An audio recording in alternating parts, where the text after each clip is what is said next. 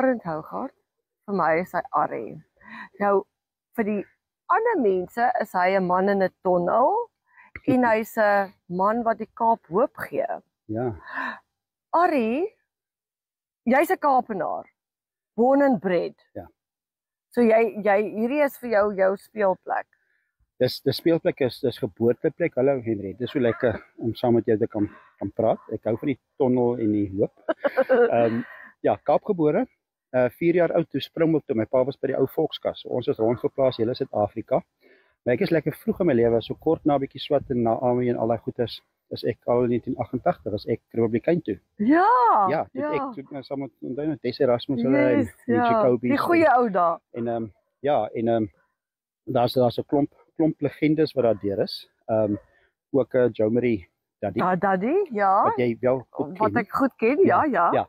En so briljante tyd. So ek het 'n groot deel van my lewe was ek in Namibië en so dis diep in my hart. Spesiale tyd, nee, Arrie. Diep in my hart, absoluut. Diep in my hart, maar die Kaap is 'n baie spesiale plek. En ek geniet dit. Hier's baie om te doen en hier kan jy kan die tonnel uitleef. Ja. Wat 'n fik sport is. Ja. En 'n bietjie hoop ook gee, nee. Die hoop ook gee. En die hoop gee is belangrik. Ja, vertel bietjie die tonneldeel. Ja. Arrie, ons is nou by die tonnel. Ons is nou in die tonnel. So ek wil net sê waaroor daai program gaan.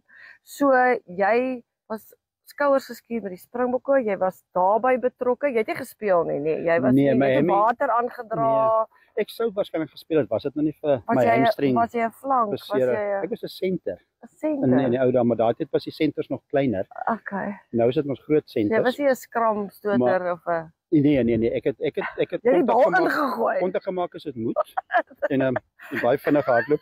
Maar ja, so ek was senter, maar ek sou seker Springbok gespeel het, was dit nie my hamstring nie. As ek met nederig en eerlik wees, maar nee, die naaste wat ek toe daaraan kom is 'n betrokkenheid aan die media kant, media liaison. Dis met die Leeu Tour begin in 2009. Pieter de Villiers, hy was ek afgestudeer en die Britse Leeu's wat ek kom speel het, klein seetjie drome, my paadjie 1974.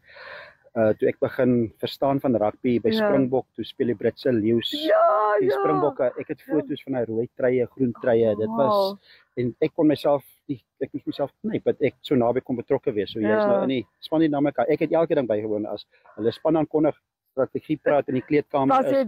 Die balle pomp. Storte alles. Alles, ja, storte het ek ook, maar hulle het laat gesê ek moet maar uitgaan. Hulle bly buite. Ja, bly buite. Ek laat hulle sleg lyk. Was so nederig, ja.